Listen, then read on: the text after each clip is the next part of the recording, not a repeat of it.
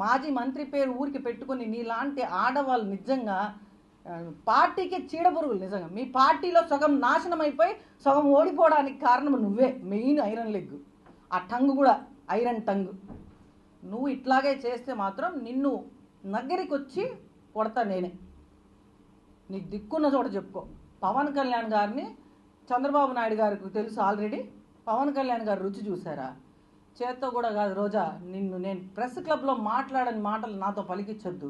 హుందాగా మాట్లాడు. ఏదైనా మాట్లాడితే ఒక ఆడదాని వేయండి, ఒక తల్లివి, అందులో ఒక బిడ్డకు జరిగితే దాన్ని కూడా రాజకీయం చేశారు. మొన్నటికి మొన్న అందరూ ఎక్కడ చూసినా కొండ మీద గుండు చేయించుకున్నందుకు లేడీస్ గుండు చేయించుకోలేదా? కొండ మీద ఆదాయము, అసలు తలనీళ్ళల్లో ఆదాయం వచ్చేదే మహిళల జుట్టుతో. అది పక్కకు పెట్టేసి అసలు కొండ మీద ఏమైనా బోర్డులు పెట్టారా మహిళలు ఎక్కడ గుండు చేయించుకోకూడదు అని చెప్పి? ఆమె ఒక డిక్లరేషన్ ఇచ్చి వచ్చి గుండు చేయించుకొని వస్తే దాన్ని కూడా రాజకీయం చేస్తారు. ఒక తల్లి బాధను కూడా రాజకీయం చేస్తారు. ఇంత దరిద్రులుగా అసలు ఈ వైసీపీ నిజంగా ఈ రాష్ట్రానికి పట్టిన చీడ ఏదైనా ఉందంటే వైసీపీ. ఈ చీడని ఖచ్చితంగా తరిమి రాష్ట్రంలో లేకుండా తరిమి కొడతాము. ఈ రోజాను కూడా పక్క రాష్ట్రంలోకి పంపించాలి ఫస్ట్. దాన్ని మాత్రం అసలు ఇక్కడ ఉంచే ప్రసక్తే లేదు.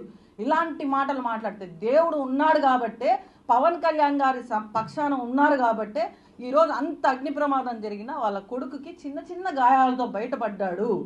ఆ ఏడుకొండల వాడిని మేము నమ్ముతున్నాము, మేము ఇక్కడ కపిలేశ్వర స్వామిని మేము నమ్ముతున్నాము, మేము దేవుళ్ళని నమ్ముతున్నాము, పవన్ కళ్యాణ్ గారు నమ్ముతున్నారు కాబట్టి సనాతన సాంప్రదాయాల గురించి, సనాతన ధర్మం గురించి మాట్లాడుతున్నాడు. రోజా తెలుసుకోవాల్సింది నువ్వు.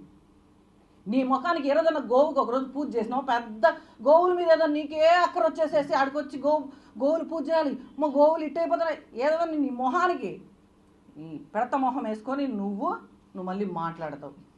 ఇంకొకసారి పవన్ కళ్యాణ్ గారి జోలికి వస్తే ఎట్ట కొడతానో ఇంకా మాకు తెలియదు.